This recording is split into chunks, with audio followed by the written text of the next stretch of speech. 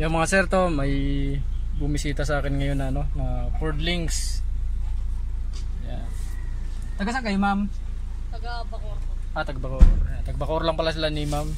Bali ang issue nito sa Ford Links niya sa panel gauge. Yan, hindi gumana yung yung RPM, tapos ito parang pumapaypa yung yung fuel at saka temperature. Tapos ito hindi rin gumana yung speedometer. Yan. Buksan natin ito mga sir para ma-repair na rin natin. Ito mga sir yung yung panel gauge ng Ford Links. Yan, galing lang silang Bacoor. Ang issue nito mga sir, nag-wiper yung yung temperature at saka fuel gauge niya. Tapos yung speedometer ni gumana at saka yung RPM, pati yung display sa udo. Tapos ito mga sir, may naka-bypass dito. Hindi ko alam kung ano itong mga.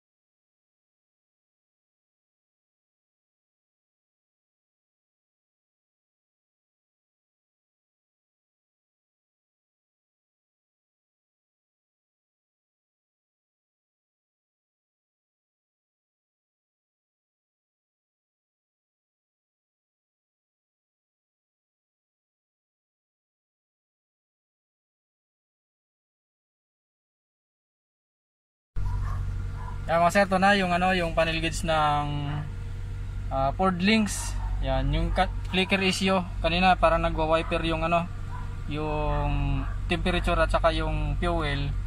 Tapos yung yung RPM hindi gumana. Ngayon ayos na, gumana na siya. I-test drive na lang namin ngayon mga sir para ma-confirm kung gagana na rin yung yung speedometer. Yan, i-test drive namin ngayon ni ma'am. Na yung RPM. Ibuilo lang natin ng konti ma'am, tingnan natin kung accurate siya.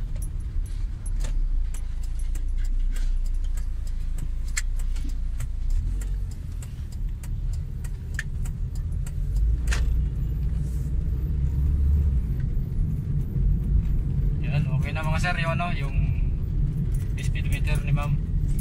Gumana na. Pero naman siya ma'am yung ganitong takbo, tama lang siya. Hindi lang makabuhilo kasi traffic eh. Ano ma'am, pagbilitan natin ma'am?